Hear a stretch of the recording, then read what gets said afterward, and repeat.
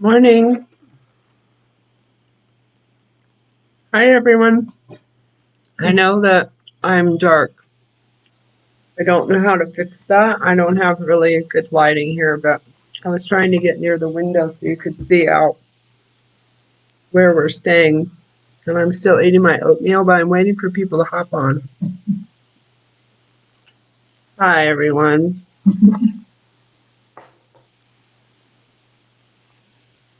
Good morning. Oh, someone came. Yay. So it is Saturday, isn't it? We skipped yesterday. So the last time we met was Thursday morning. And it's Saturday, and we're still in chapter 42, reading about how Joseph was managing the land during famine. And so I'm coming to you. Good morning, Zayanya. How are you? Hi, good morning. Who else is on? I'm coming to you from Tahoe. I'm at Lake Tahoe. Can you see outside my window here? Good morning, Barbara. Hi, everyone. Yay, I'm glad you're all coming and jumping on. Okay, yesterday I was not able to give the devotion because I was at the dentist. It seems like I've got several appointments, but next appointment doesn't interfere with Bible study, so yay. Yes, thank you. Good morning, Barbara. So we're in chapter 42 again, and we're on verse 18. And last time we met, yes, we're in Tahoe. Yeah. So you're going to have 3 devotions here in Tahoe with me. Today and Sunday, Father's Day, and Monday.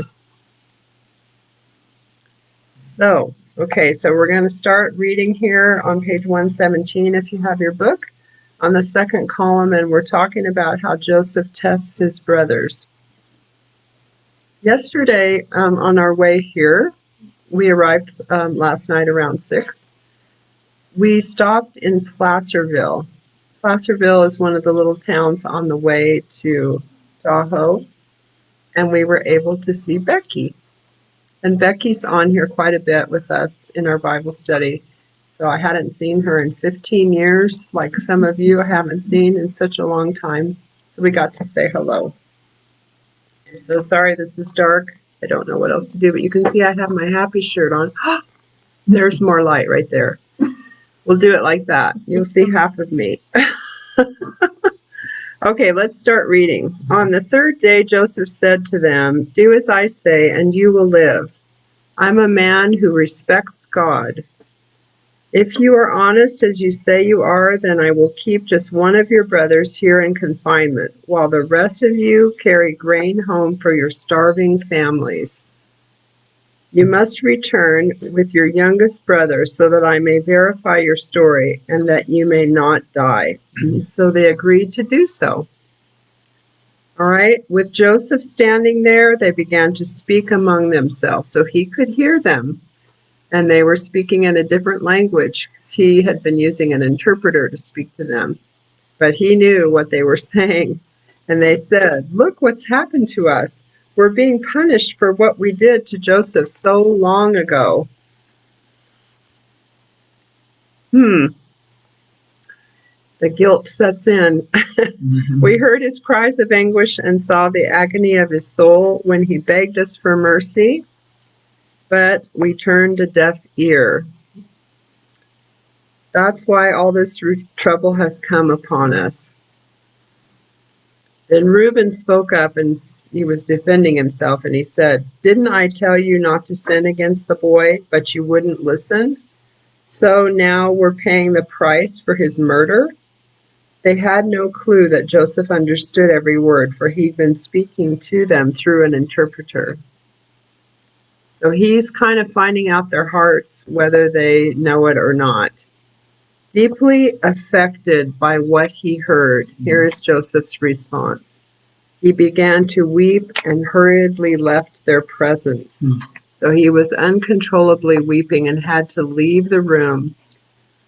Kind of lost his composure because he could tell what had happened, and it was probably bringing back the memories of what had happened.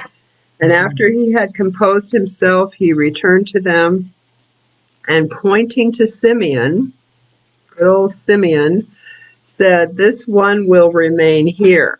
So he picks out Simeon and says, I want him tied up and bound while they're all watching.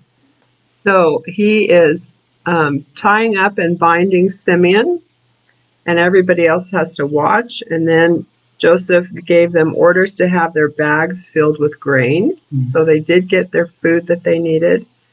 And then their money that they had paid for the grain was hidden back in the bags of grain at Joseph's orders.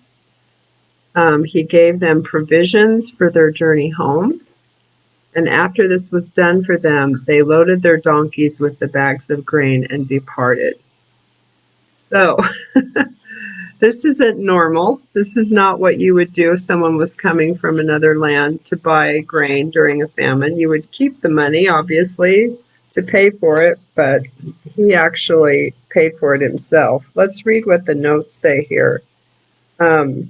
In verse 22, it says that Reuben spoke up, "Didn't I tell you not to sin against the boy, but you wouldn't listen?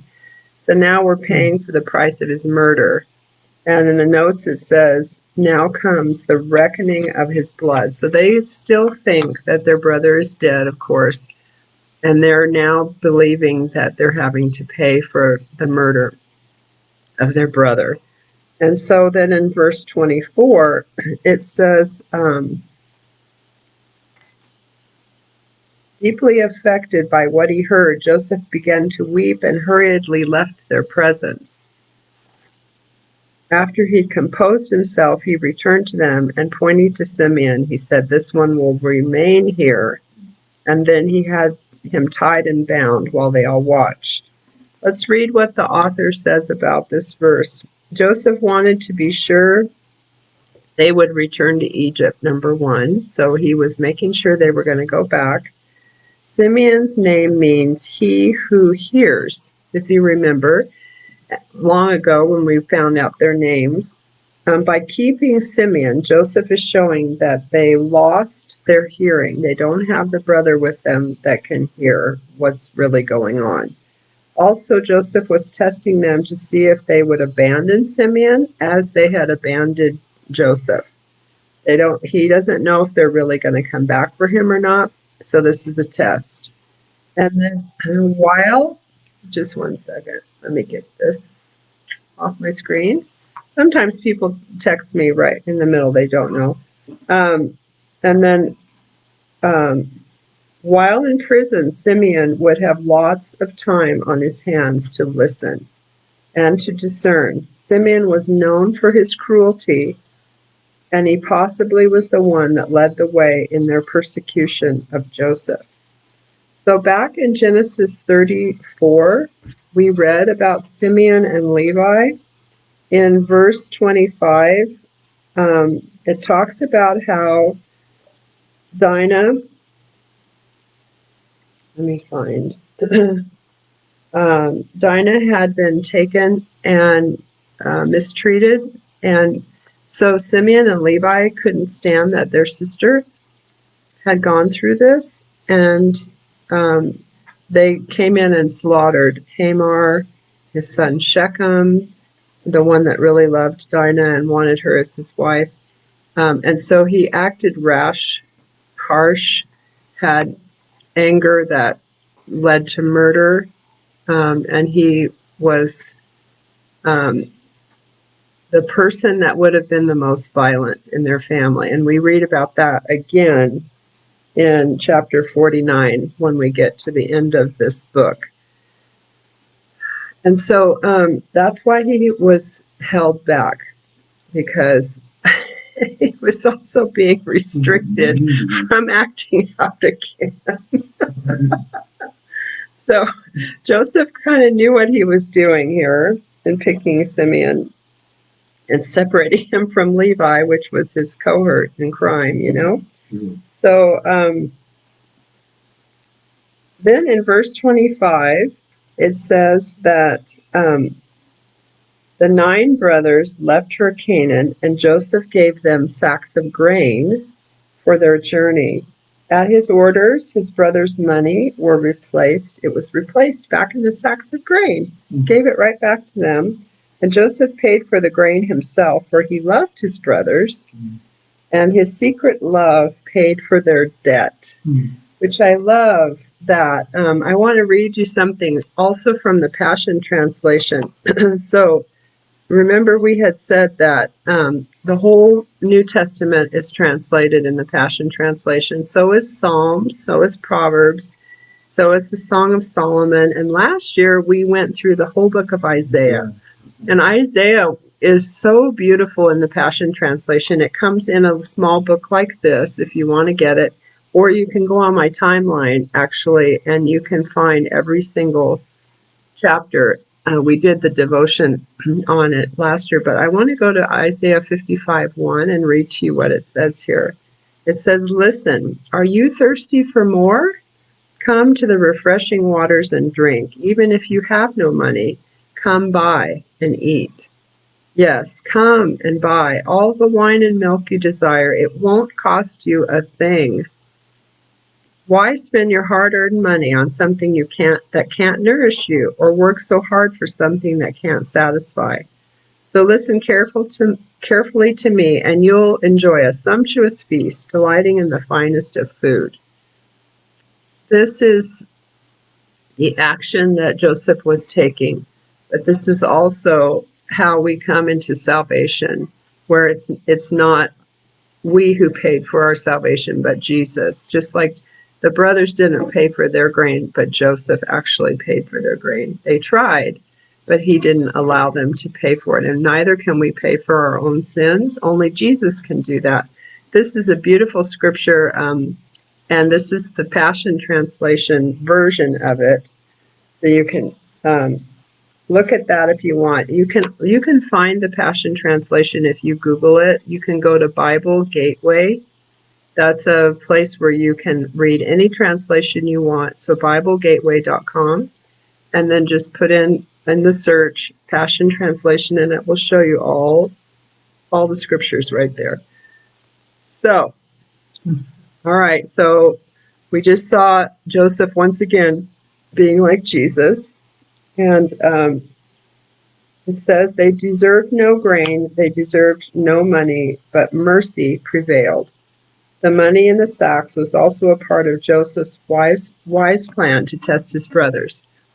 So Joseph desperately wanted to see his youngest brother, Benjamin, and so that's his plan, is to have them go and get him and bring him back to make sure he's alive and they're not lying to him, and that he can have all his brothers restored again, and then he's going to show them deep mercy and deep grace when they all come together again. So that is where we're going to leave off today. We're going to start tomorrow's devotion in verse 27, where the brothers make their trip back to Canaan and tell their dad what's going on. This poor guy. He's been through so much. It's so hard to be a parent, isn't it?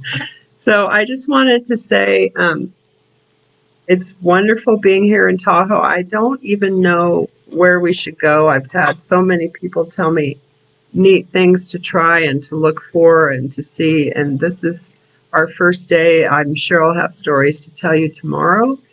If you have any suggestions, I could try to see if we could look at the places that you love if you've been here. And other than that, does anybody else have a comment that they'd like to bring to the devotion today? I have my sister sitting here at the table with me, and she'll be sitting here probably every day that we're here. So this is the first time in 78 days that she's been in the same room with me when we've been doing the devotion. Do you have a comment? From the peanut gallery over here. And I will take a bite of oatmeal to see if anyone wants to say anything. I don't know if you guys can hear me, but I just am so amazed how Joseph paid for all this grain, even though he was so heartbroken when he heard his brothers, talking about what they did. But it did not stop him from doing good. That amazes me. Can you hear my sister or not? Tell me in the comments. Can you hear when she's talking? She doesn't want to be on camera, but the audio might not be loud enough to pick her up. Meanwhile, how do you like my oatmeal? It's cold. That's fine. I'm having trouble chewing still. I can only chew on this side. This side, I can hardly open. Oh, thank you, you guys. Yes, we are here together. We have one of my daughters with me, Penny. My other daughter, this is the first time she's not come with us, and she has to work all weekend. Bless her heart, she's working really hard in hot Reading. Good morning, Becky. Woo, shout out to the Placerville stop off yesterday. And we do love it, Becky, but we haven't seen it yet. Love Tahoe. We've already prayed over Tahoe this morning, and we do like our room. It's really nice. At some point, I'll give you a little tour. Not right now because I'm eating.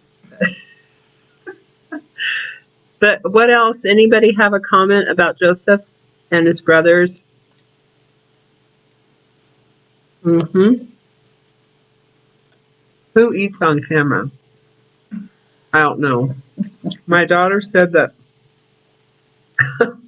My daughter said there's a thing in Japan or Korea. Maybe it's Korea. I don't know. Where people eat in front of you and you don't eat, and you vicariously eat with them so that you lose weight. What? And it's a thing. So if you need, huh? Mukbang? It's called mukbang. Penny can hear me. So I'm not trying to make fun of people, especially now in this day and age, but does this make you want to eat or not? I know I'm just trying to make everyone laugh. I don't know what it would make me want to do. But I get to go get a coffee somewhere in town. That's going to be good. Oh, and by the way, if you're ever in Placerville, you want to stop at Thai Unique. That was the hot tip from Becky yesterday.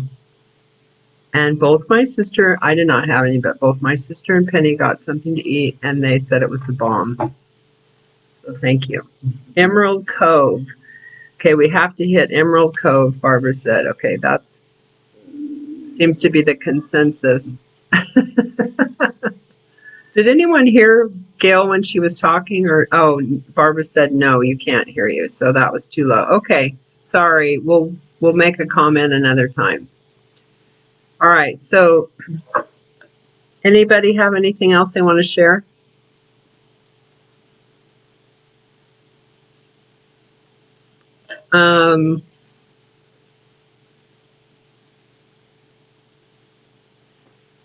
If you tell me dental stories, it only has to be good ones, because yes. Okay, so we're on the South Shore.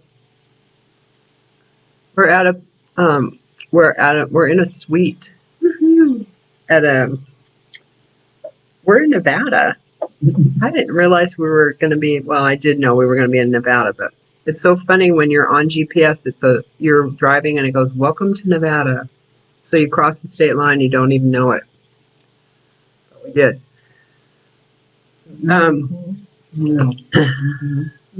So I will check in with you guys tomorrow morning at 8 again, and we'll continue in chapter 42, and I'll try not to eat in front of you.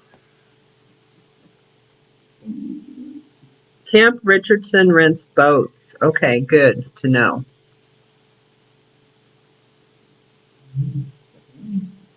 All righty.